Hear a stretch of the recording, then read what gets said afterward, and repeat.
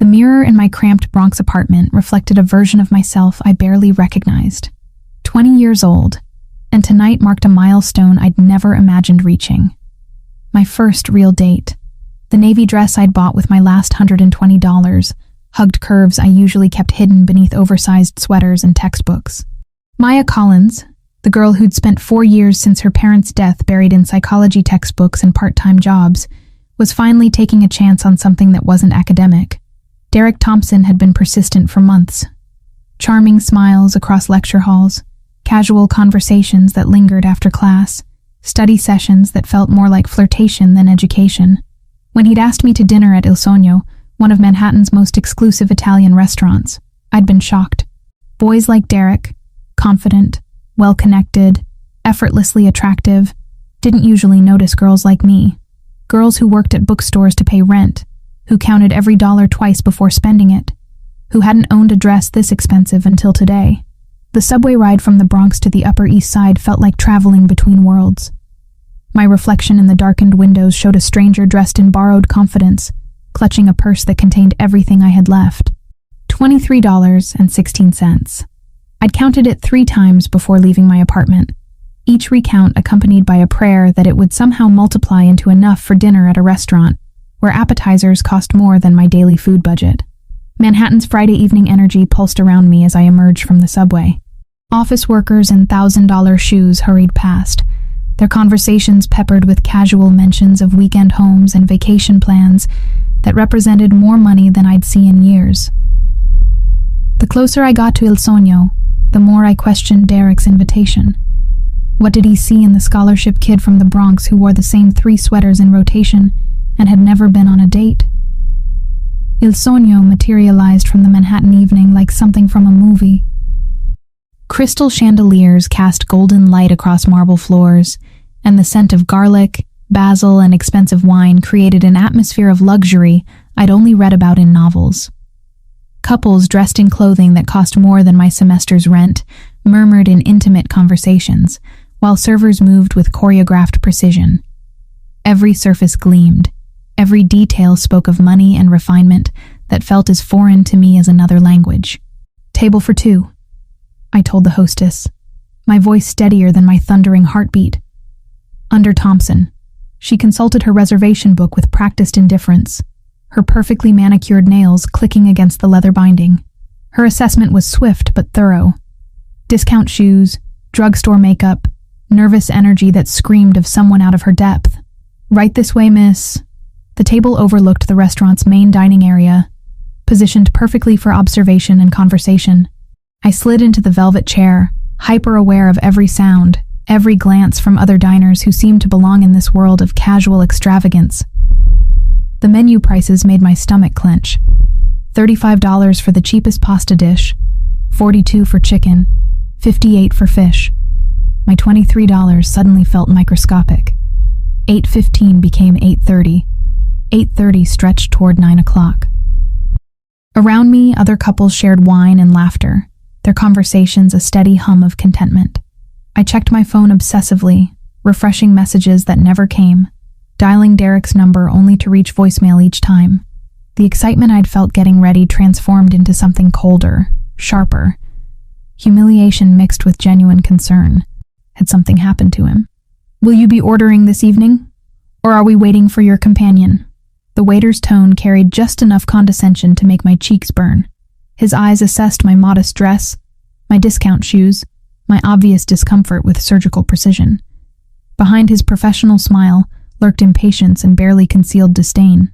"He's just running late," I said, the lie tasting bitter on my tongue. "Maybe. Could I just get some water for now?" The waiter's smile was sharp as winter glass. "Of course. I'll give you a few more minutes." But minutes became an eternity. Other diners glanced my way with mixtures of pity and curiosity. The couple at the neighboring table whispered behind manicured hands, their conversation punctuated by sideways looks that made my skin crawl with embarrassment. I counted the money in my purse again, as if repetition might somehow make it multiply.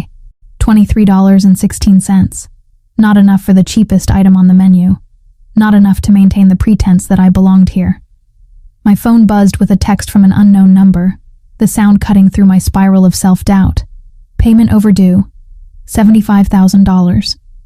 48 hours or consequences for you and your backup contact. You know what we want. Ice flooded my veins, chasing away the heat of embarrassment with something far more terrifying. My hands trembled as I read the message again. Then again. $75,000. Backup contact. The words swam before my eyes, each reading making less sense than the last. This had to be some kind of mistake. Some random message that had found its way to my phone by accident. But something about the specific language, the cold certainty of the threat, made my chest tighten with genuine fear. I stared at the screen until the words blurred, my mind racing through possibilities. Wrong number. Spam. Prank. None of the explanations felt right. The message was too specific, too personal. Backup contact suggested knowledge of my existence that felt invasive and wrong. Who would list me as a backup contact for anything, let alone something involving $75,000? The waiter returned, his patience visibly strained, hovering beside my table like a vulture waiting for roadkill. Other servers shot glances our way, the solo diner holding up prime real estate on a busy Friday night, clearly unable to afford the privilege. "Miss, I'm going to need you to order something or I'll take care of this." The voice came from behind me, low and controlled, carrying an authority that made the waiter step back instinctively. The sound wrapped around me like silk, commanding attention without demanding it. I turned to find a man standing beside our table, and the air itself seemed to shift in his presence. Tall, easily 6 feet, with dark hair styled with casual perfection and eyes the color of winter storms. His suit was charcoal gray, tailored with the kind of precision that whispered of money and power, fitting his broad shoulders and lean frame like it had been sewn directly onto his body. But it was his face that stopped my breath. Sharp cheekbones, a strong jaw marked by a small scar near his chin, and an intensity that made me feel exposed despite being fully clothed. He moved with the fluid confidence of someone accustomed to having doors opened, paths cleared, attention focused solely on him. "Sir, this is a private matter," the waiter began, but his protest died under the stranger's gaze. No, the stranger's eyes never left mine, and I felt pinned in place by their intensity. "It's not." He placed a black American Express card on the table without breaking eye contact, the gesture casual but definitive. "Cover whatever she wants. Add 20% for your trouble. And next time someone sits alone in your restaurant for 45 minutes, you bring them bread and water without attitude." The transformation in the waiter's demeanor was instantaneous and complete. Professional courtesy replaced condescension with startling speed, his spine straightening as he recognized the authority in the stranger's voice. "Of course, sir. Right away. My apologies for any inconvenience." As the waiter retreated with nervous efficiency, the stranger slid into the chair across from me with fluid grace. Up close, his presence was even more overwhelming. He smelled of cedar and leather, expensive cologne mixed with something indefinably masculine that made my pulse quicken in ways I didn't understand. His hands, folded calmly on the table, bore no wedding ring, but displayed a heavy signet ring on his right pinky finger, old gold with an intricate design that caught the restaurant's soft lighting.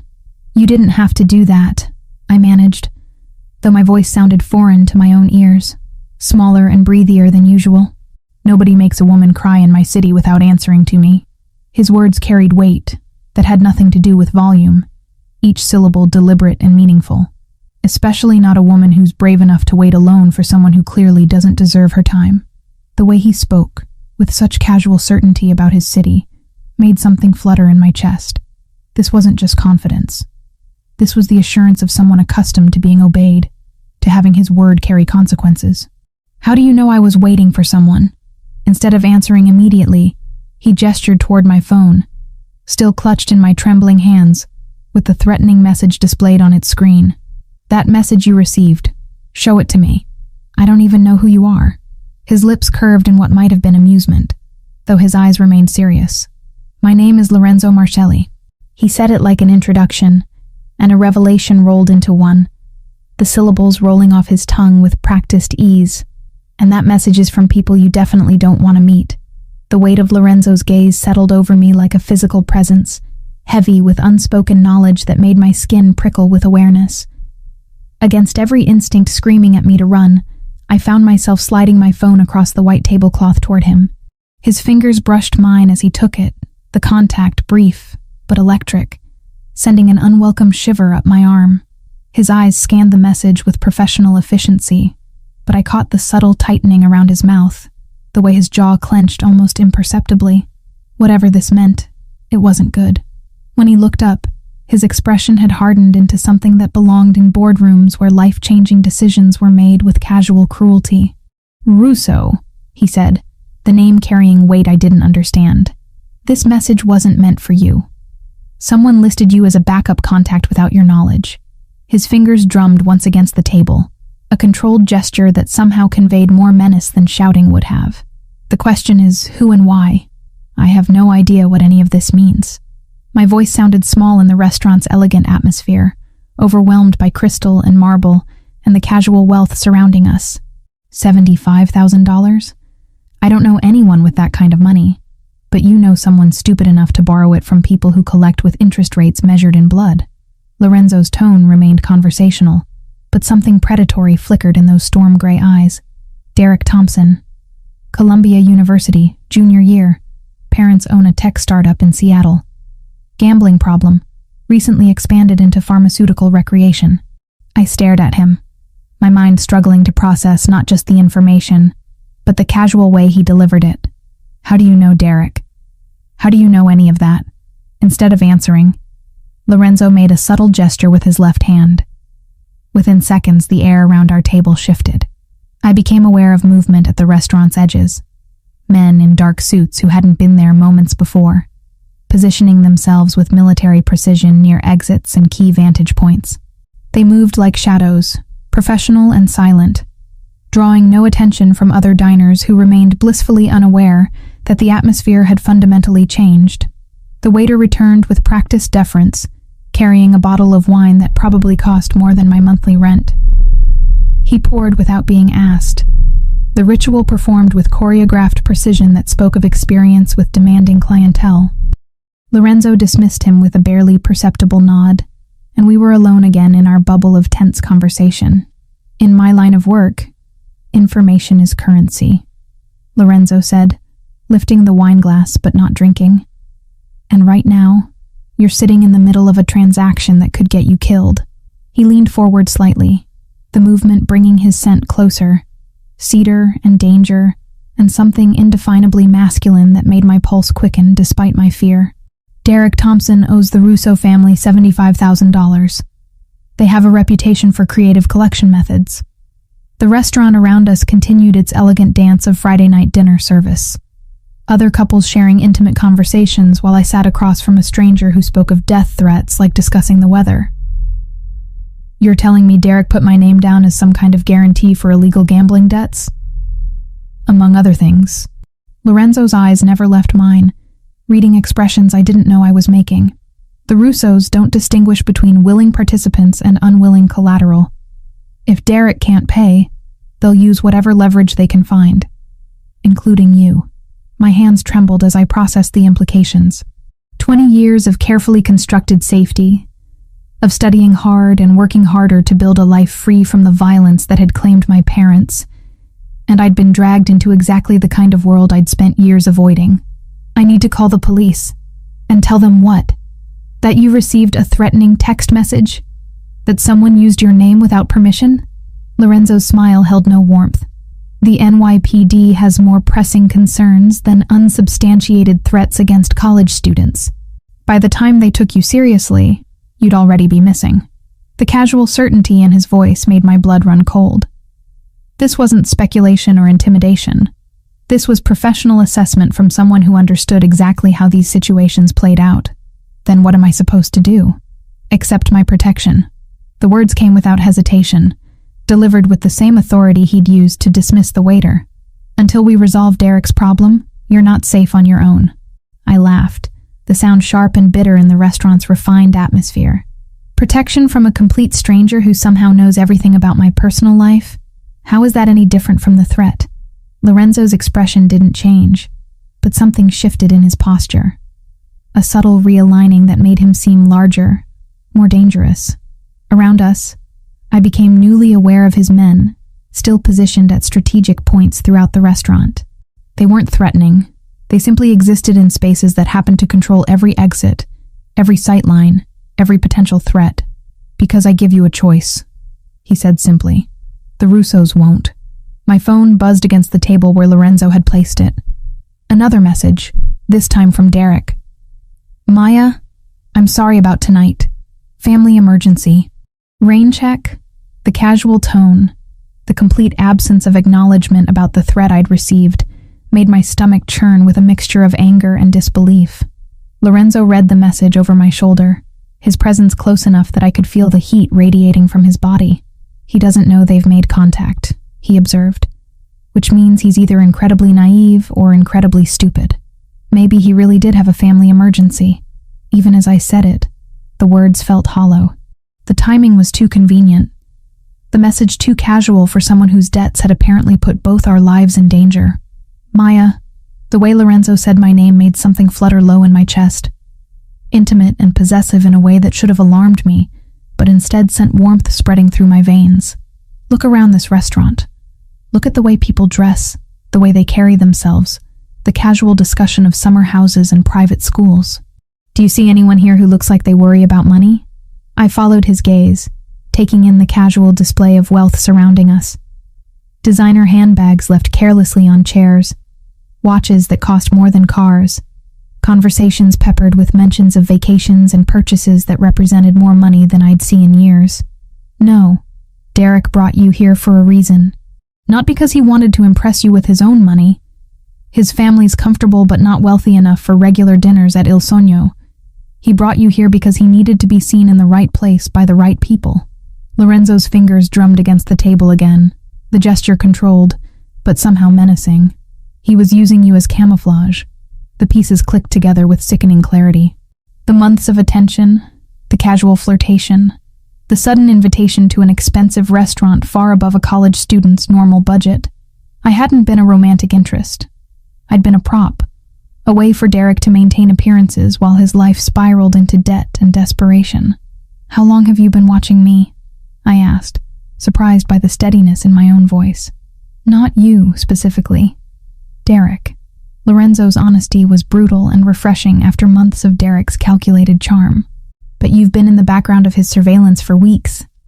The scholarship student who works at the bookstore, who takes care of herself, who doesn't ask questions or demand explanations." His eyes held mine with uncomfortable intensity. "You were perfect for what he needed." Rage flared in my chest, hot and cleansing after hours of humiliation and fear. "And what do you need?" "To keep you alive." The simplicity of his answer caught me off guard. "The Russos have your name now. They'll research you the same way I did. Family history, financial situation, social connections, vulnerabilities. They'll find your parents' accident, your student loans, your job at the bookstore. They'll identify every pressure point in your life and apply leverage until you give them what they want." "Which is what, exactly?" Lorenzo leaned back in his chair, the movement casual but somehow predatory. "Derek. But if they can't have him, they'll settle for making an example of someone he cares about." His smile was sharp as broken glass. "Even if he doesn't actually care." The restaurant continued its elegant choreography around us, other diners lost in their own conversations while I sat paralyzed by the realization that my entire life had changed in the space of a single evening. The girl who'd arrived nervous about her first date was gone, replaced by someone who needed to understand the rules of a world she'd never wanted to enter. "If I accept your protection," I said carefully, "what does that mean exactly?" "It means you don't go anywhere alone. It means you don't return to your apartment until we've secured it. It means you trust me to handle the Russo problem while keeping you safe." Lorenzo's voice carried the weight of absolute authority, but his eyes held something that might have been gentleness. "And it means you accept that your old life, the one where you could walk through the city without looking over your shoulder, is over." I refused Lorenzo's offer to go to what he called a safe house, the words conjuring images of windowless rooms and locked doors that made my skin crawl with claustrophobia. Instead, I insisted on returning to my Bronx apartment, clinging to the illusion that familiar walls might somehow shield me from the reality of my situation. Lorenzo didn't argue. which surprised me more than resistance would have. He simply nodded, made another subtle gesture, and I knew without being told that his protection would follow me home whether I wanted it or not. The subway ride back felt different now. Every passenger a potential threat, every stop an opportunity for danger to board. I found myself cataloging faces, memorizing details the way I'd learned to study for exams. Compulsively, desperately, as if retention might somehow guarantee survival. Lorenzo hadn't accompanied me, citing the need to handle some business, but his absence felt more ominous than reassuring. Men like him didn't leave loose ends unattended. My building looked exactly the same as when I'd left hours earlier. Tired brick facade, broken security door, the lingering scent of decades of cooking and lives lived too close together. But climbing the 4 flights to my studio apartment, I felt like a stranger returning to someone else's life. The girl who'd left for her first date no longer existed, replaced by someone who checked corners before entering rooms and listened for footsteps that didn't belong. The changes started small. My overdue electric bill, the one that had kept me awake 3 nights running, was marked paid in full when I checked online. The internet service I'd been planning to cancel to save money had been upgraded to premium service. When I called the electric company, they told me an anonymous benefactor had covered not just the outstanding balance, but 6 months in advance. The internet provider said the same thing. My hands shook as I hung up the phone. Lorenzo had invaded my life with surgical precision, identifying my vulnerabilities and addressing them without permission or explanation. The money should have been a relief. God knew I needed it. But instead, it felt like chains made of gold, beautiful and inescapable. The knock on my door came at 8 the next morning, soft but insistent. I'd barely slept, every sound in the building making me jump, every siren in the distance a potential harbinger of violence. Through the peephole, I saw a woman in an expensive coat holding several garment bags, her professional smile perfectly calibrated for someone accustomed to delivering goods to people who could afford them. "Miss Collins, I have a delivery from Mr. Marcelli." The dresses were beautiful. Silk and cashmere and fabrics I couldn't identify, but knew were expensive by the way they felt beneath my fingers. Professional attire that would let me blend into Lorenzo's world. Cocktail dresses that transform my reflection into someone who belonged in restaurants like Il Sogno. Casual wear that somehow made my modest apartment feel shabbier by comparison. I called the number from Lorenzo's business card, my anger building with each ring. When he answered, his voice carried the same controlled authority I remembered from the restaurant. "I assume you received the delivery." "I'm not a charity case or your possession," I snapped, surprising myself with my vehemence. "You can't just pay my bills and dress me up like some kind of doll." "You're not my possession," he agreed, and something in his tone made me pause. "You're under my protection. There's a difference." "What difference?" "You're still controlling my life without asking. I'm keeping you alive." The words carried weight that silenced my protests. "The Russos don't care about your independence or your pride. They care about leverage and results. If you're going to survive this, you need to understand the rules of the world you've been dragged into." That evening, he took me to dinner. Not Il Sogno this time, but a place even more exclusive. A restaurant I'd never heard of because it didn't advertise, didn't take reservations from the general public, didn't need to compete for clientele. When we arrived, the maitre d' greeted Lorenzo by name and led us to a private dining room where crystal glasses caught candlelight like captured stars, and the silence was so complete I could hear my own heartbeat.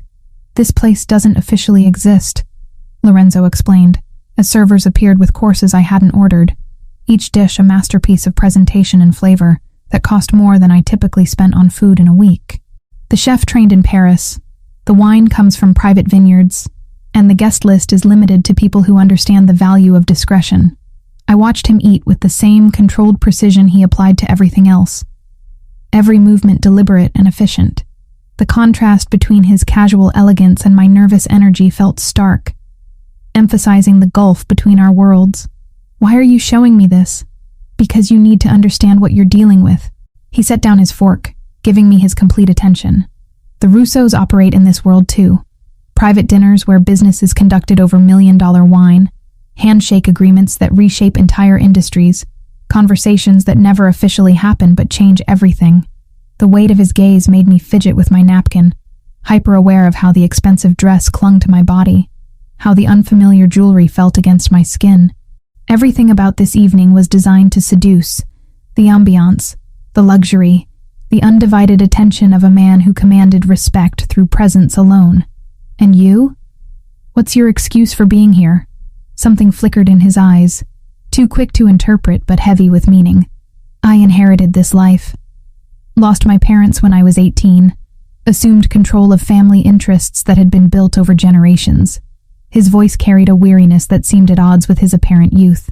Sometimes the only choice is between becoming what people fear or being destroyed by those who already are.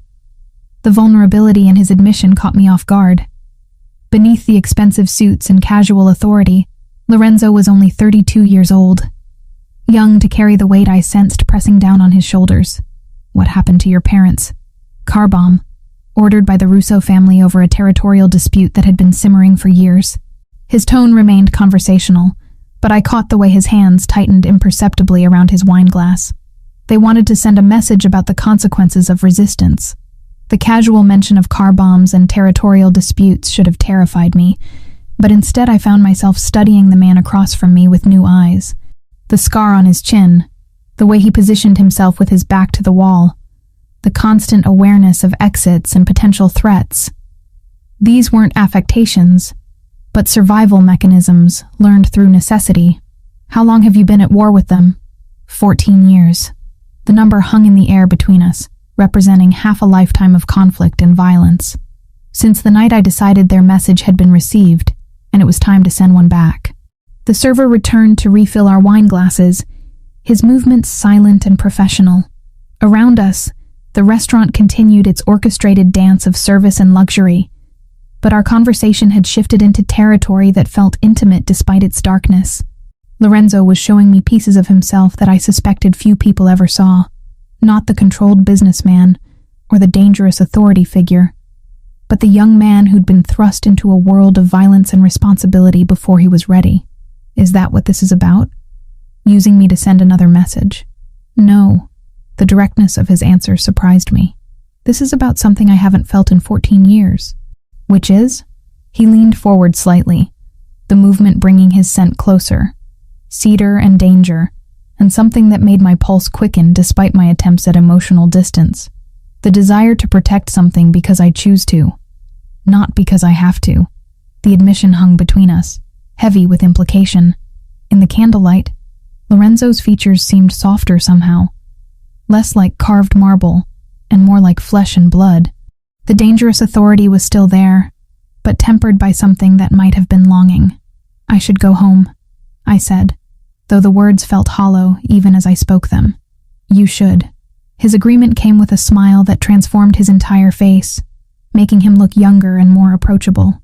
But you won't, because despite everything you've told yourself about wanting a quiet life, about avoiding the kind of violence that took your parents, you're curious about what happens next.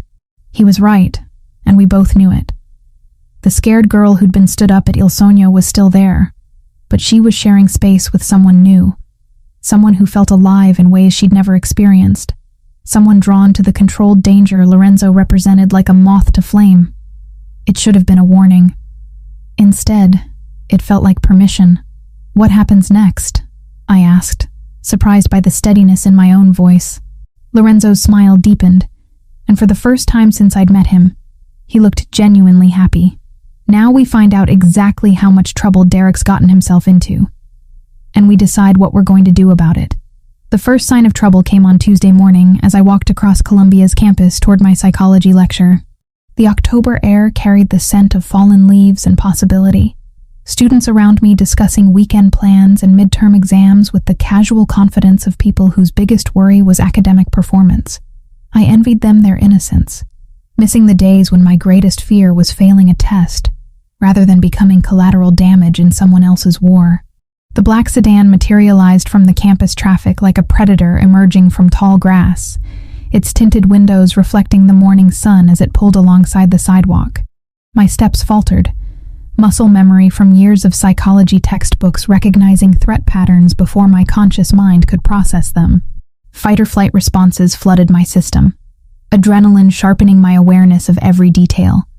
The car's expensive silence, the way other students gave it unconscious wide berth, the subtle wrongness of something so obviously predatory in an environment designed for learning. Two men emerged from the vehicle with practiced efficiency, their movements coordinated in a way that spoke of professional experience.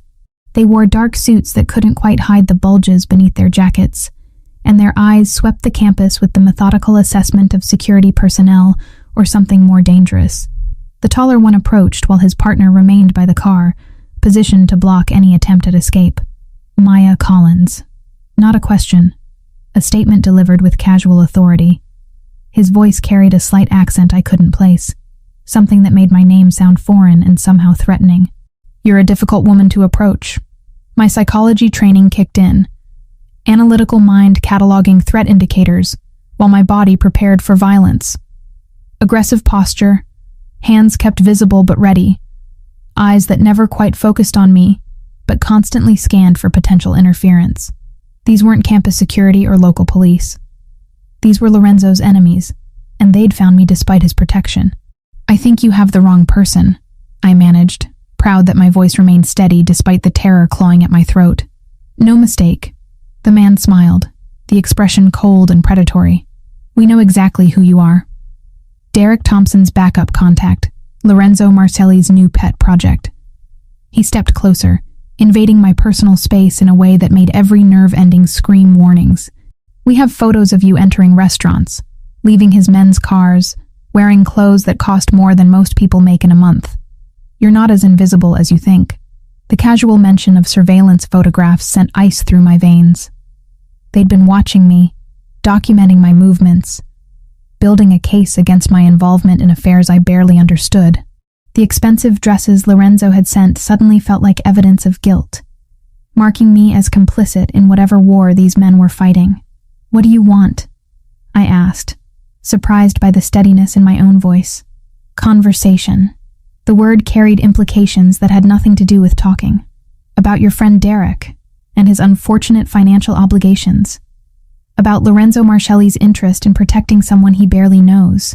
About the value of cooperation versus the consequences of resistance. Around us, campus life continued its normal rhythm. Students hurrying between classes, professors discussing research, maintenance workers tending to the grounds. None of them noticed the potential violence simmering beneath the surface of what appeared to be a normal conversation. I was surrounded by people but completely alone, isolated in a bubble of threat that no one else could see.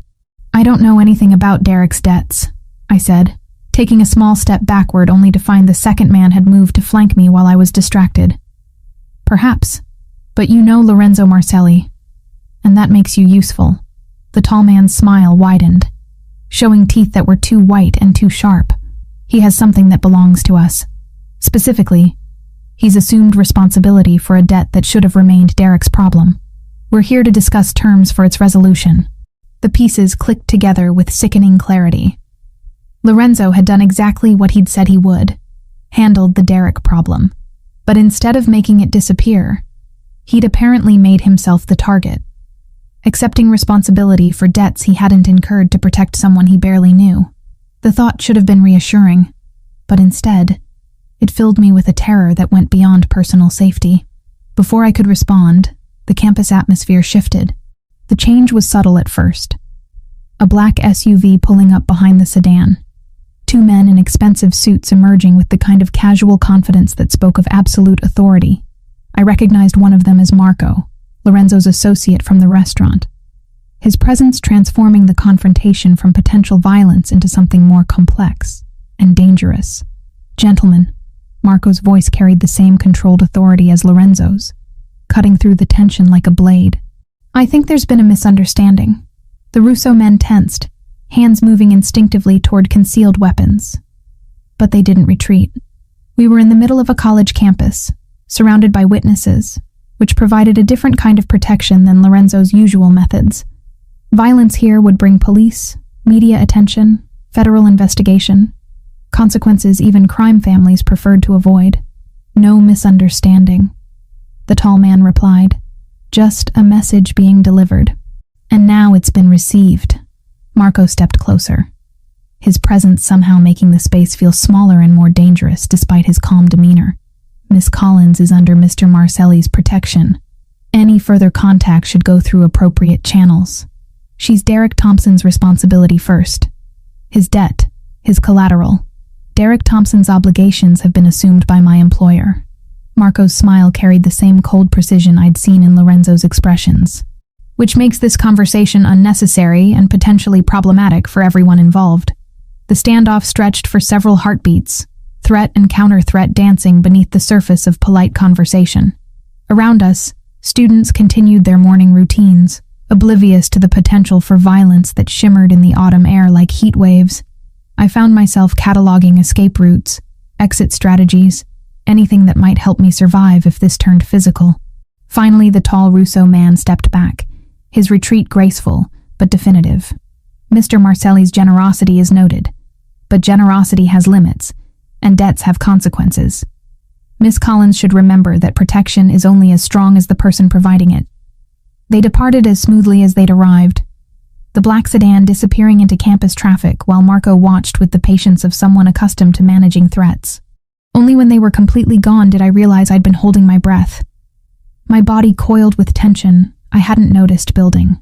"You're safe," Marco said. But his eyes continued scanning the campus for additional threats. But this changes things. They've made direct contact, which means they're escalating beyond Mr. Marcelli's expectations. The casual mention of escalation sent fresh waves of fear through me. What does that mean? It means the game has changed. Marco gestured toward his SUV, an invitation that felt more like a command. "Mr. Marcelli needs to speak with you immediately." An hour later, I sat in Lorenzo's private office, a space that spoke of old money and older violence. The room was lined with books that looked genuinely read, their spines cracked with use, while artifacts that might have been family heirlooms or war trophies decorated shelves and walls. Lorenzo himself stood behind a massive desk, his usual controlled composure strained in ways I was learning to read. "They approached you directly," he said without preamble. "On Columbia's campus, in broad daylight, surrounded by witnesses. That's not intimidation. That's a declaration." "A declaration of what?" I asked, though I suspected I already knew the answer. "War." The word hung in the air between us, heavy with implication and promise of violence to come. Derek's debt was the excuse. You were the message. They wanted me to know that my protection isn't absolute, that they can reach anything I care about whenever they choose. The casual way he said, "anything I care about," sent warmth through my chest despite the circumstances. In less than a week, I'd somehow become important to a man who measured importance in blood and territory. Someone worth protecting at the cost of escalating conflict with dangerous enemies. There's something else. Lorenzo moved around the desk, coming close enough that I could smell the cedar and leather scent I was beginning to associate with safety. Derek finally surfaced. "He wants to meet with you." My heart stuttered in my chest. After days of wondering where he was, whether he was safe, whether his absence was voluntary or forced, the prospect of finally getting answers felt both relieving and terrifying. "When?" "Tonight." Lorenzo's expression was unreadable, but I caught something in his eyes that might have been concern. "He says he has an explanation for everything, an apology for putting you in danger, and a solution to the Russo problem." The words should have been reassuring, but something about Lorenzo's tone made them sound more like a warning than hope. "You don't believe him. I believe he's desperate, and desperate men make dangerous choices." Lorenzo reached out, his fingers brushing against my cheek with surprising gentleness. "The question is whether you're ready to hear what those choices have cost both of you." Derek arrived at my apartment building at 9:30 that evening, looking like a ghost of the charming college student I'd thought I knew. His usually perfect hair was disheveled, his designer polo wrinkled and stained, and the confident swagger that had first attracted my attention had been replaced by the nervous energy of someone running from consequences he couldn't escape. When I opened the door, the smell of stale cigarettes and desperation clung to him like cologne applied too liberally. "Maya, thank God." His relief seemed genuine, but something in his eyes made me step back instead of forward. I know you must have questions, but I can explain everything. I can fix this. I'd agreed to see him against Lorenzo's explicit warnings, but not without precautions. Marco's men were positioned throughout the building, invisible but present, while listening devices Lorenzo's people had installed would record every word. The knowledge that I wasn't truly alone gave me courage to face the man who dragged me into this nightmare. You stood me up, I said, keeping my voice level despite the anger simmering beneath my surface calm. Then I got a text message threatening my life over $75,000 I've never seen. So yes, I have questions. Derek moved into my small living space with the restless energy of someone who couldn't sit still, his eyes darting toward windows and exits in ways that reminded me uncomfortably of Lorenzo's constant vigilance. But where Lorenzo's awareness spoke of controlled competence, Derek's paranoia felt desperate and unhinged. The dinner, that was a mistake. I got cold feet because I knew things were getting complicated, and I didn't want to drag you into something dangerous. He ran his hands through his hair, the gesture revealing trembling fingers that spoke of withdrawal or terror. But then, they used your number anyway. And everything got worse. They used my number because you gave it to them. The accusation hung in the air between us, heavy with betrayal and broken trust. As a backup contact for debts I never knew existed. I had to. The words exploded from him with desperate intensity. You don't understand what these people are like when you can't pay. They don't just want money. They want insurance, guarantees, leverage over everything you care about. The casual admission that he'd used me as collateral sent rage flooding through my system, hot and cleansing after days of fear and confusion. So you decided my life was acceptable collateral for your gambling debts? It wasn't supposed to matter. Derek's voice cracked with strain. I had a sure thing, a guaranteed win that would have covered everything. But the fights were fixed differently than I expected, and suddenly I was in deeper than ever.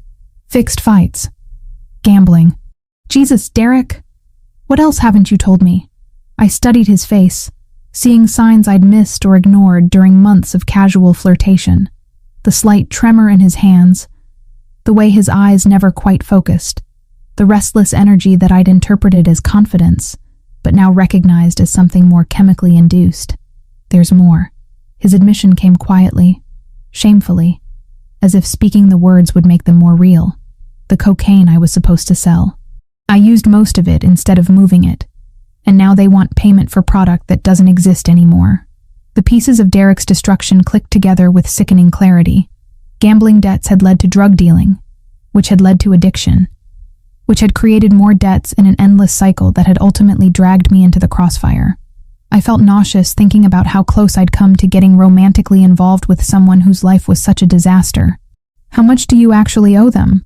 $75,000 for the gambling, another $25,000 for the drugs. Derek's math came out too quickly, as if he'd calculated it obsessively. But Lorenzo Martelli paid off the primary debt. He assumed responsibility for everything. Why would he do that? I asked, though I suspected I already knew the answer. Derek's laugh was bitter and knowing. Because he wants you, Maya. I've been watching the way he looks at you, the way his men follow you around like your precious cargo. He paid my debts to get you away from the Russos. But that just made you his responsibility instead. Something cold settled in my stomach as Derek's words registered. You've been watching me? I had to know if my plan was working. Derek's admission came with a desperate smile that made my skin crawl.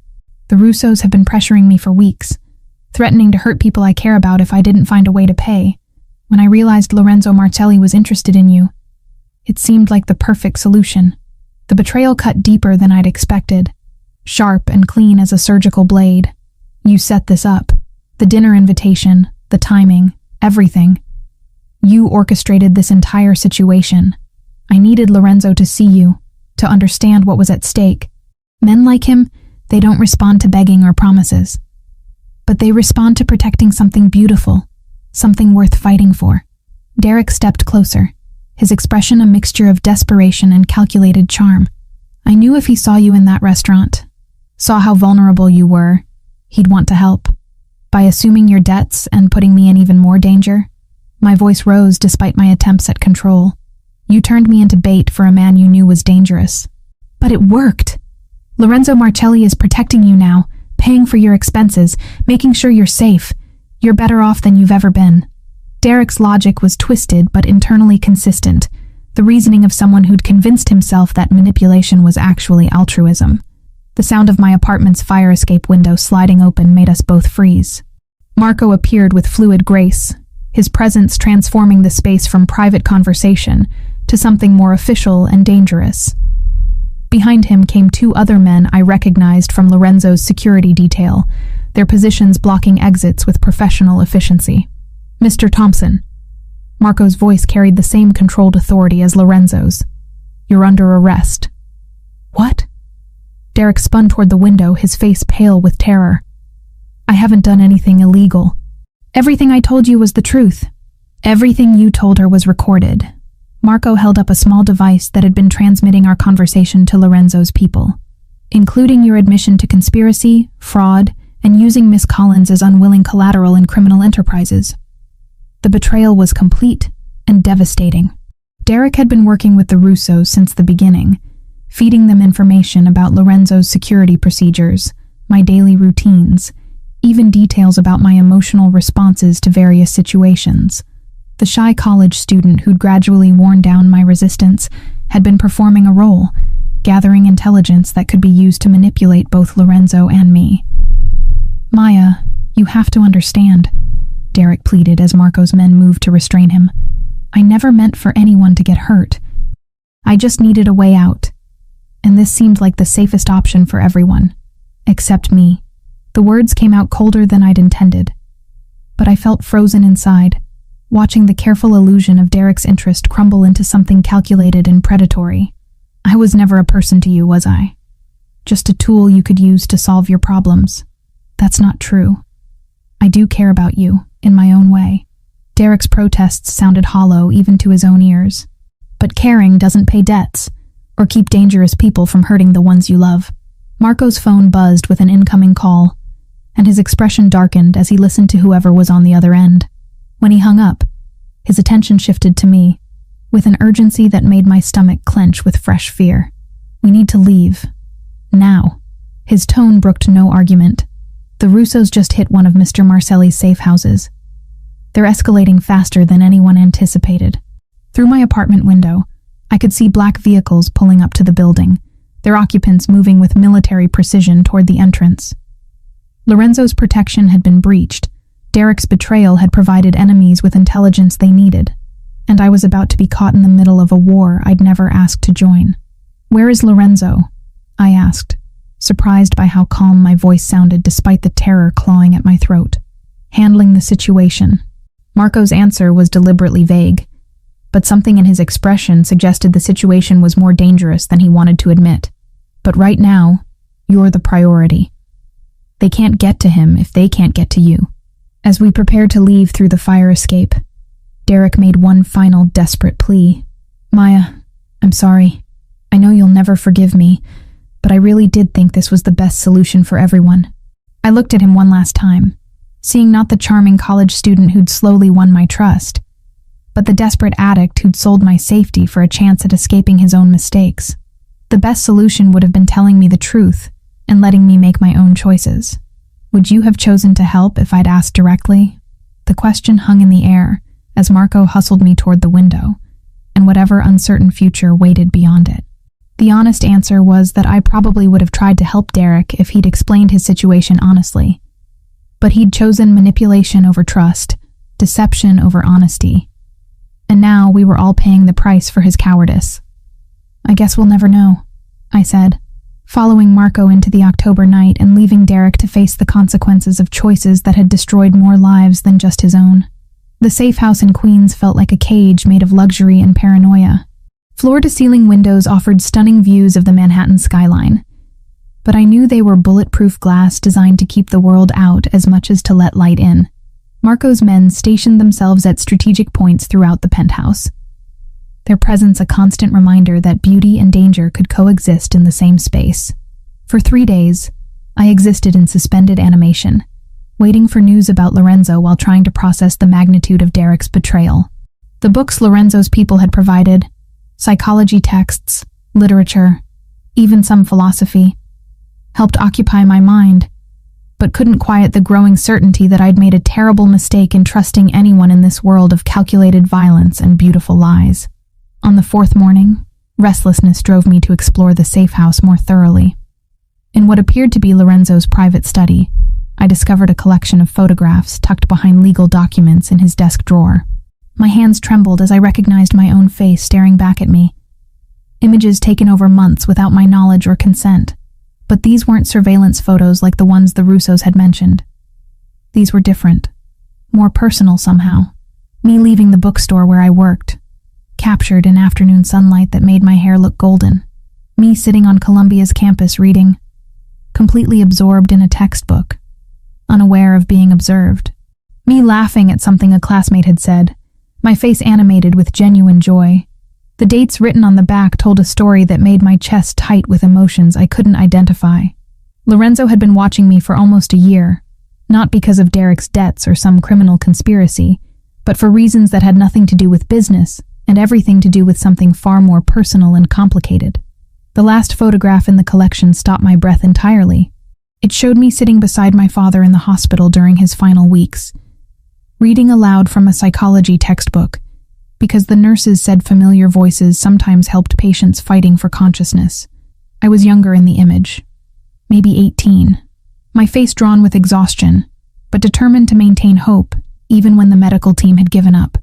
On the back, written in Lorenzo's precise handwriting, the day I realized some people are worth protecting just because they exist.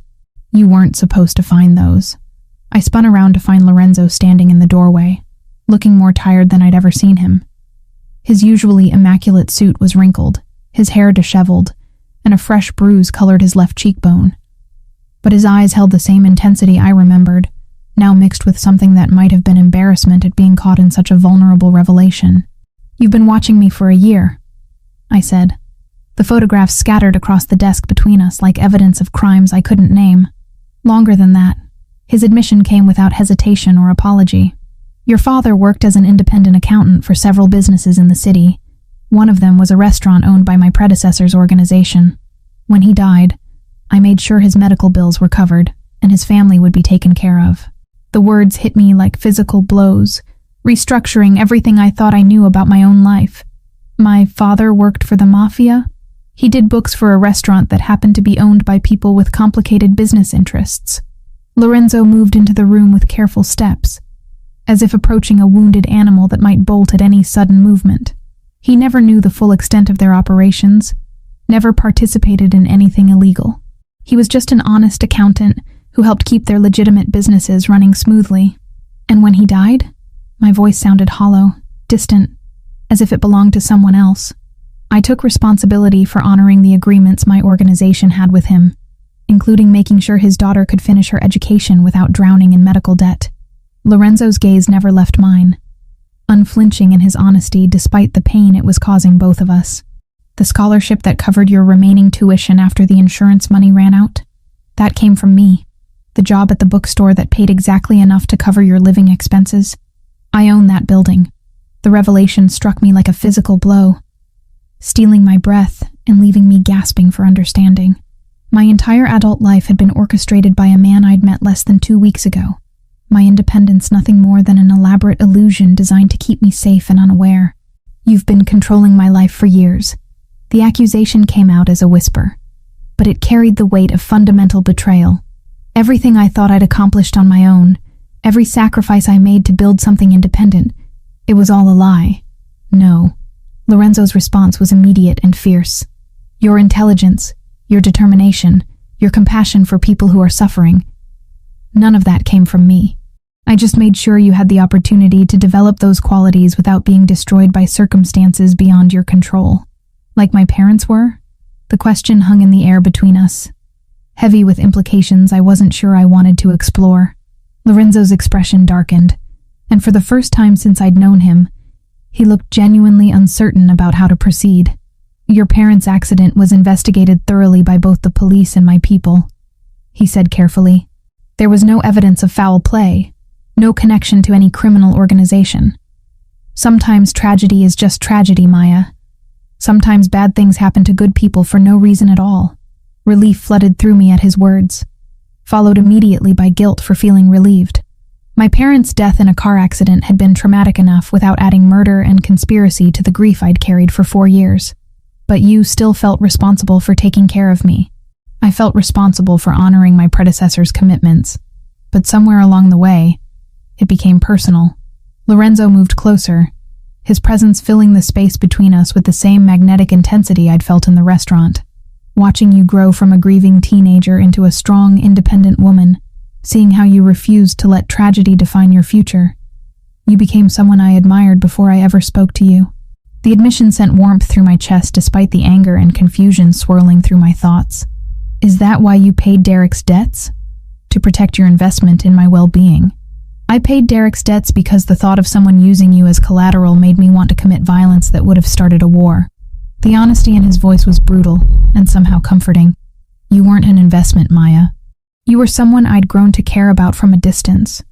And suddenly, you were in danger because of choices someone else had made. I studied his face, looking for signs of deception or manipulation, but found only exhaustion and something that might have been hope. The night at Il Sogno, when you intervened with the waiter, you knew who I was before I ever showed you that text message. I knew exactly who you was. What I didn't know was whether you'd forgive me for keeping the truth from you for so long. Lorenzo reached out tentatively, his fingers barely brushing against my cheek, or whether you'd be able to accept that someone like me could offer protection without expecting something in return. And now you know everything, and you have a choice to make. His hand dropped away, restoring the physical distance between us even as the emotional connection deepened. You can walk away from all of this. The danger, the complications, the association with someone whose enemies see you as a weakness to exploit. I'll make sure you disappear so completely that neither Derek nor the Russos nor anyone else will ever find you. Or, Lorenzo's smile was soft and genuine, transforming his entire face in ways that made my heart race despite everything I'd learned.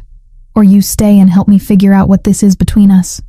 Not obligation or protection or manipulation, but whatever's been building since that night in the restaurant when you refused to be intimidated by circumstances beyond your control. The choice he was offering felt monumental, the kind of decision that would reshape the entire trajectory of my life. I could return to the illusion of independence, start over somewhere far from New York and the complicated world of violence and loyalty that Lorenzo inhabited. Or I could acknowledge that independence had always been partly illusion, and choose to build something real with someone whose protection had evolved into something deeper and more dangerous. The Russos, I said, needing to understand the full scope of what I'd be choosing. Are they still a threat? Victor Russo is planning something significant. Derek's information gave them intelligence about my security procedures, my personal investments, even details about this safe house. Lorenzo's expression hardened with the cold calculation I'd seen glimpses of before. But they made a mistake when they involved you directly. That changed the rules of engagement. What does that mean? It means this stops being about territory or business or old grudges between families. Lorenzo's eyes held mine with unwavering intensity. It becomes personal. And when things are personal, I don't follow the same constraints I use for ordinary business disputes. The promise of violence in his voice should have terrified me, but instead, it sent a different kind of heat through my body. The recognition that someone was prepared to fight for my safety with everything he possessed. After years of taking care of myself, of making every decision alone and facing every challenge through determination and careful planning, the idea of someone willing to wage war for my protection was intoxicating in ways I'd never expected. If I stay, I said carefully, what happens to us? Lorenzo's smile deepened, and he stepped closer, close enough that I could smell the cedar and leather scent that had become associated with safety and danger in equal measure. If you stay, we find out together. No more secrets, no more protection from a distance, no more pretending that what's between us is anything other than what it actually is. And what is it exactly? Something worth fighting for. His hand cupped my face with exquisite gentleness, thumb tracing the line of my cheekbone. Something worth changing the rules for. Something worth risking everything to protect and explore, and build into whatever it's supposed to become. I leaned into his touch, decision crystallizing in my chest, like ice forming on winter glass. Then I guess we'd better figure out how to end this war before it destroys what we're trying to build. The Brooklyn Industrial District felt like the edge of the world at 3 a.m, abandoned warehouses looming against the October sky like monuments to economic decay. The air tasted of rust and old rain, carrying the scent of violence that hung over places where people went to disappear. I sat in the passenger seat of Lorenzo's armored SUV, my hands steady despite the automatic pistol Marco had insisted I carry, watching shadows move between buildings with predatory grace. "You don't have to do this," Lorenzo said for the third time, his voice tight with controlled tension. "Marco can take you back to the safe house, and this can be over in an hour, with me wondering for the rest of my life whether you survived." I checked the magazine of the gun again. Muscle memory from the crash course his men had given me over the past week. Besides, they have Derek. Whatever else he's done, he doesn't deserve to die because of my choices. Lorenzo's expression darkened at the mention of Derek, but he didn't argue. Victor Russo had made his position clear in the video he'd sent that morning. Derek bound and beaten, begging for his life while explaining that the Russos had been using him to gather intelligence on Lorenzo's operations for months.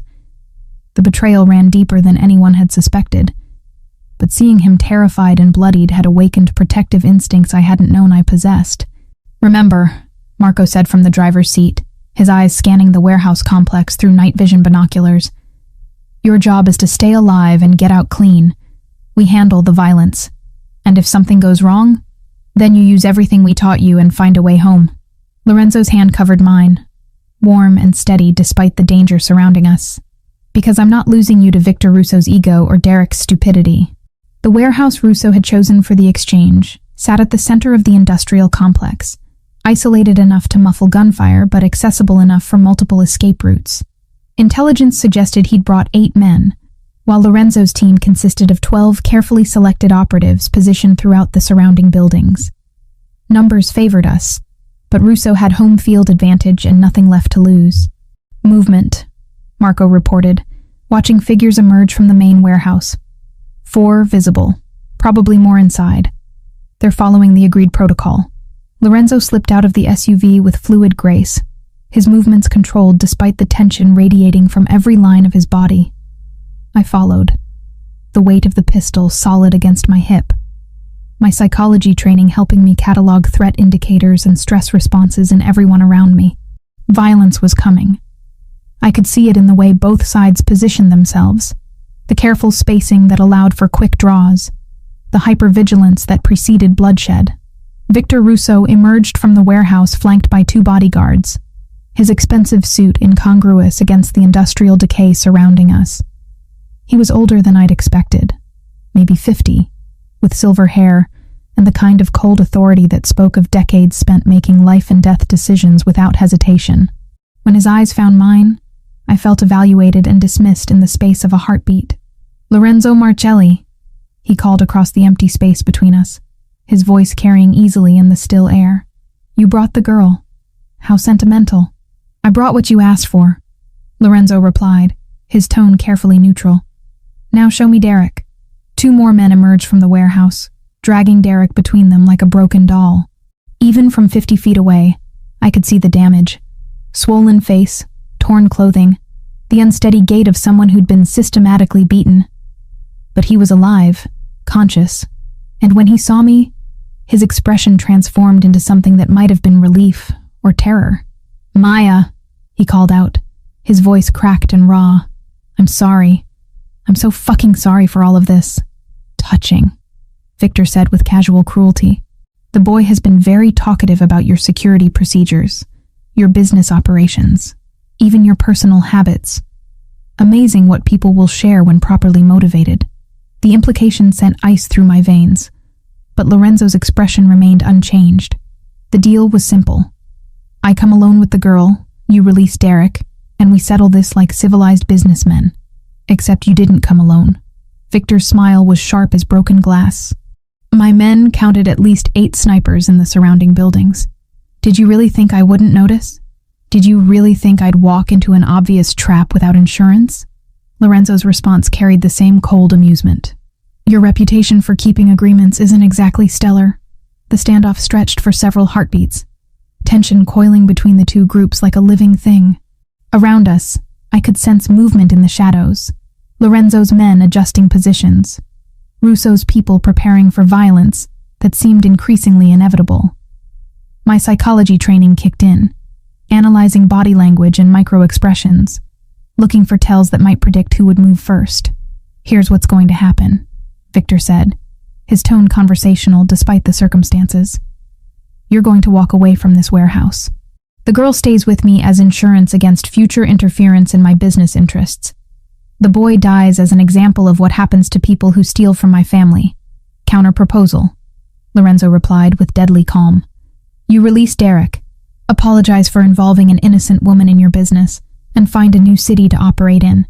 Everyone goes home breathing." Victor's laugh was genuinely amused. "You think you're in a position to make demands? I have the hostage. I have the advantage of position, and I have nothing left to lose. Your protection of the girl has cost me significant time and resources, and your kidnapping of her has made this personal." Lorenzo's voice dropped to a whisper that somehow carried more menace than shouting. "Which means the rules just changed." The first shot came from the warehouse roof, a sniper's bullet that shattered the industrial silence like breaking glass. Victor's men responded instantly, professional training overriding surprise as they sought cover and returned fire.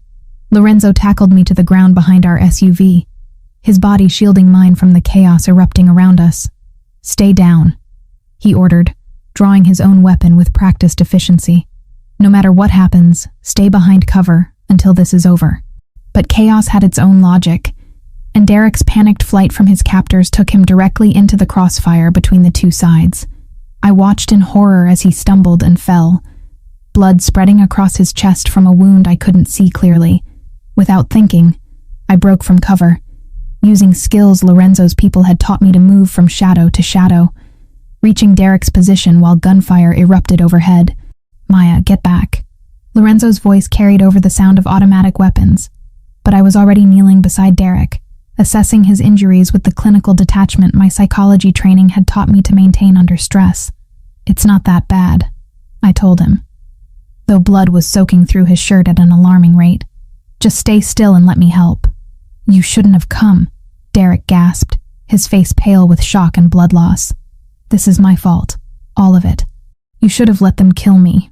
Nobody deserves to die for making stupid choices." I pressed my hands against his wound, trying to slow the bleeding while staying low enough to avoid the firefight raging around us. "Just focus on breathing and staying conscious."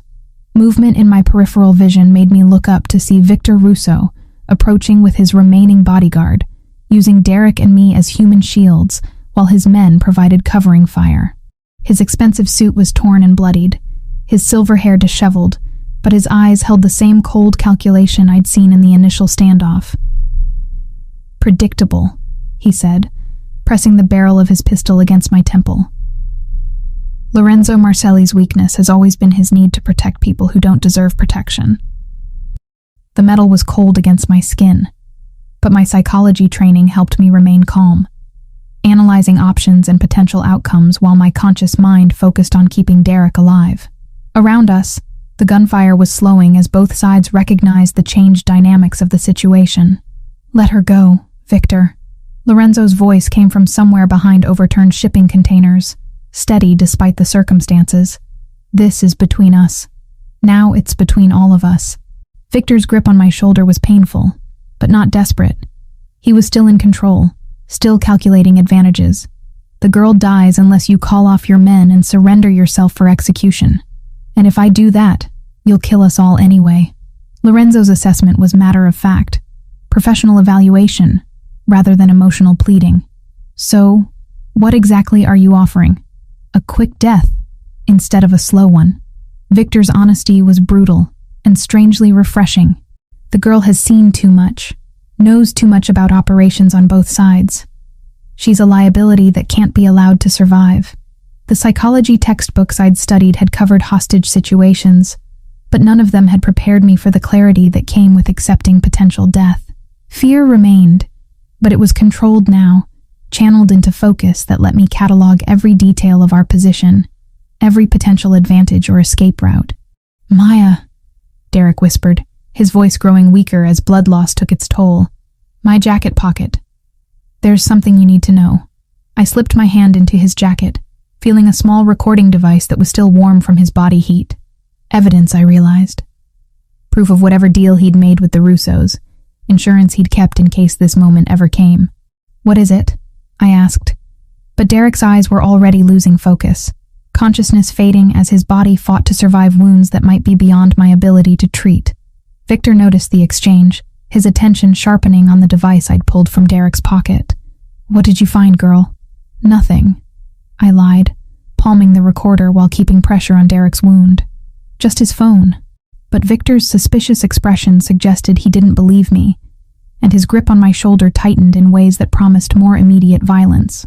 Around us, the silence stretched, as both sides waited for resolution that would determine who lived and who died in this abandoned corner of Brooklyn. The shot that ended the standoff came from an impossible angle. Victor Russo's bodyguard collapsing as Lorenzo appeared from cover I hadn't seen him reach. In the split second of confusion that followed, I rolled away from Victor's grasp, using momentum and Derek's weight to break free, while Lorenzo closed the distance with lethal efficiency. What followed was brutal and brief. Hand-to-hand combat between two men who understood that only one would leave the warehouse alive. When it ended, Victor Russo lay motionless on the concrete, and Lorenzo stood over him with blood on his hands and victory written in every line of his body. Is it over? I asked, still kneeling beside Derek, who was breathing but unconscious. It's over, Lorenzo confirmed, his voice steady despite the violence we'd just survived. For all of us. 10 months later, I stood in the floor-to-ceiling windows of our Manhattan penthouse, watching the city pulse with late afternoon energy 40 stories below.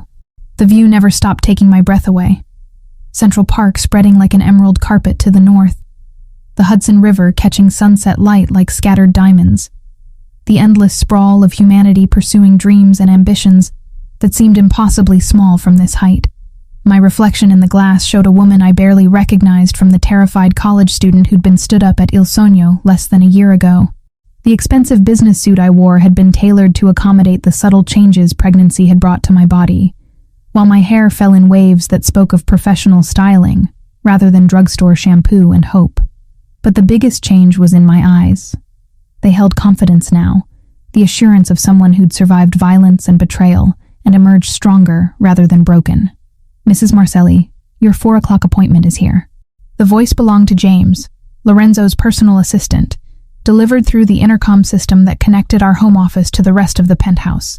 After Victor Russo's death, we'd consolidated operations, bringing legitimate business dealings into the same space where we planned the less legal aspects of Lorenzo's empire.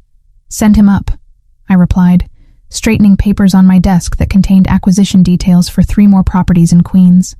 On the surface, they were real estate investments. In reality, they were strategic positioning for the expansion of territory that had followed our victory over the Russo family. Business was good, and I'd discovered an unexpected talent for making violence profitable through careful legal maneuvering. The man who entered our office 5 minutes later was nervous in the way that suggested he understood exactly who he was dealing with, but hoped politeness might protect him from consequences. Martin Webb, owner of a construction company that had been skimming materials from city contracts for the better part of a decade. Lorenzo's people had identified the theft, and now Mr. Webb was here to discuss terms for making his problem disappear. Mr. Webb, I said, gesturing to the chair across from my desk. Thank you for coming. I understand you've been having some difficulties with your municipal contracts. Yes, there have been some accounting irregularities. His eyes darted around the office, taking in the expensive furniture, the art that probably cost more than his annual income, the subtle indicators of power that seemed to make him shrink into himself. Nothing that can't be resolved with proper oversight. Of course. I opened his file, reviewing details that Marco's investigation team had compiled over the past month. $2.3 million in materials diverted from public projects over 18 months. Impressive scope for what you're calling accounting irregularities. Mr. Webb's face went pale, confirming what we already knew. I'm not sure what you're implying, but I'm not implying anything. The interruption was delivered with the same quiet authority I'd learned from watching Lorenzo handle difficult negotiations. I'm stating facts based on thorough investigation. The question is whether you'd prefer to resolve this privately or through more official channels. The psychology training that had once seemed purely academic now served as a weapon more effective than anything Marco carried in his shoulder holster. Understanding human behavior, recognizing pressure points, knowing exactly how much fear to apply to achieve desired outcomes, these skills had made me valuable to Lorenzo's organization in ways I'd never anticipated. "What do you want?" Mr. Webb asked, the question emerging as barely more than a whisper. "Partnership." I slid a contract across the desk, its terms already negotiated based on psychological profiles our people had developed. "Your company becomes a preferred contractor for Marcelli Development. In exchange, the accounting irregularities disappear, and you gain access to projects that will triple your annual revenue within 2 years." It wasn't really a choice, and we both knew it. Mr. Webb could sign the contract and prosper under Lorenzo's protection, or he could refuse and face criminal prosecution, followed by the kind of bankruptcy that ended careers permanently. His signature on the document 20 minutes later was shaky, but legally binding. "Welcome to the family," I said, as he prepared to leave. "James will provide you with contact information for your new project manager. I think you'll find this arrangement mutually beneficial." After Mr. Webb departed, I returned to the window, my hand resting on the subtle curve of my belly, where our child was growing with each passing day. 6 months along now, carrying the next generation of whatever Lorenzo and I were building together. The thought should have terrified me. Bringing a child into a world where violence was always one wrong decision away. Instead, I felt protective in ways that went beyond normal maternal instincts. "How did it go?" Lorenzo's voice came from behind me, warm with the affection that had replaced the careful authority he'd used during our early encounters. I turned to find him leaning against the doorframe, still wearing the expensive suit he'd worn to his own meeting downtown, but with his tie loosened and his hair slightly mussed in ways that made him look younger and more approachable. "Mr. Webb saw reason," I replied, moving into his arms with the natural ease that had developed over months of learning to trust completely. "His construction company will be very useful for the Brooklyn expansion." Lorenzo's hands settled on my waist, careful of the changes pregnancy had brought to my body. "And how are you feeling about the expansion?" It was a question with layers, not just about business strategy, but about my comfort level with the violence that expansion might require. My willingness to be complicit in decisions that could destroy lives as easily as they improved our position. 6 months ago, I would have recoiled from such considerations. Now they felt like necessary calculations in a complex equation that had to balance power, profit, and survival. "I think we're ready," I said, surprised by how natural the admission felt. The Russo territory has been without strong leadership long enough that smaller organizations are starting to move in. Better to consolidate control before someone else decides they're brave enough to challenge us. Someone else like Antonio Russo. Lorenzo's expression darkened at the mention of Victor's younger brother, who'd been making subtle inquiries about avenging his family's honor. Intelligence suggests he's building alliances with families in New Jersey and Philadelphia. Then we handle Antonio before he becomes a problem.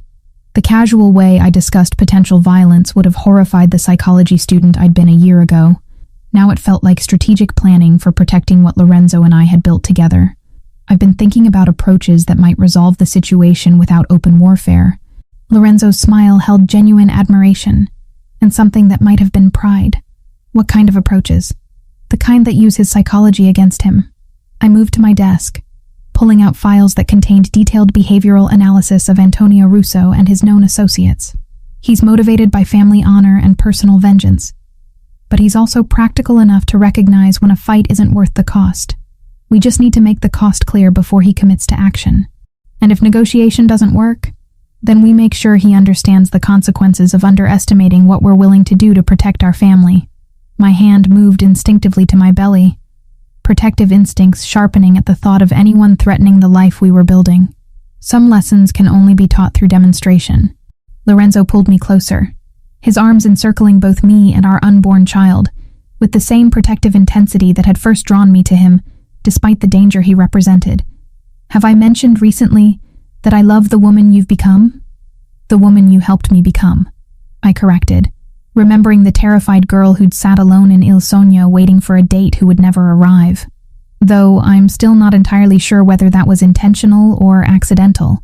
Both, he admitted with the honesty that had become characteristic of our relationship. I knew you were strong enough to survive in this world. I didn't know you'd become essential to running it. The intercom buzzed with another call from James, this one announcing the arrival of Marco and his team for our weekly security briefing. These meetings had become routine, a way of staying ahead of threats while planning for expansion that would cement our position as one of New York's most influential families. Ready to hear about this week's adventures in empire building? Lorenzo asked, his tone light but his eyes serious. Ready, I confirmed, settling into my chair while he took his position at the head of the conference table. Around us, the penthouse continued its elegant function as both home and headquarters, personal sanctuary and command center for operations that touched every aspect of New York's complex underground economy. Marco entered with his usual professional efficiency, followed by 3 other men whose loyalty Lorenzo had earned through years of mutual respect and shared danger. They nodded respectfully in my direction, not because I was Lorenzo's woman, but because I'd proven myself valuable to the organization's success through intelligence and strategic thinking, rather than just association. The Antonio Russo situation is escalating faster than anticipated, Marco began without preamble. He's reached out to families in Boston and Chicago, looking for support in what he's calling a justified war against the people who murdered his brother. Any takers? I asked, already mentally cataloging psychological profiles and potential pressure points for the organizations he'd contacted. 2 maybes, 1 definite no.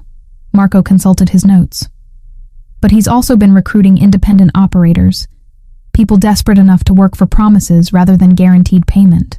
Lorenzo's expression hardened in ways I'd learned to recognize as preparation for necessary violence.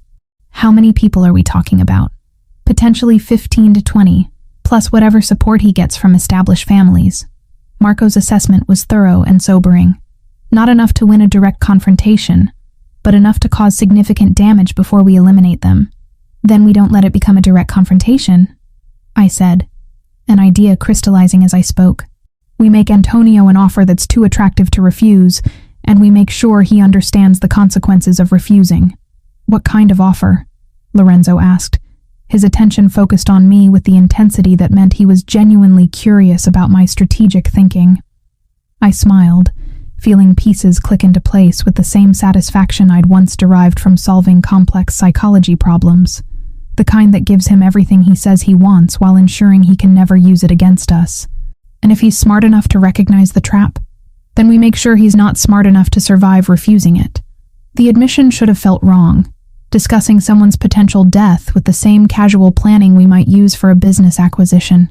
Instead, it felt like protecting family, ensuring that the world Lorenzo and I were building for our child would be stable enough to survive whatever challenges the future might bring. I love you, Mrs. Martelli, Lorenzo said, as the meeting continued around us, his voice carrying the same mixture of admiration and protectiveness that had characterized our relationship from its violent beginning. I love you too, Mr. Martelli, I replied, watching Manhattan pulse with life beyond our windows, while our child grew safely within the empire we'd built through careful combination of violence and strategy. And I love the life we're building together. It wasn't the life I'd planned as a naive college student working in a bookstore and dreaming of graduate school, but it was ours, built through choices and consequences that had transformed 2 people damaged by violence into partners strong enough to impose their own version of order on a chaotic world. And as I felt our child move beneath my heart, I knew that whatever challenges lay ahead, we would face them together as equals in power and partners in the beautiful, dangerous life we'd chosen to create.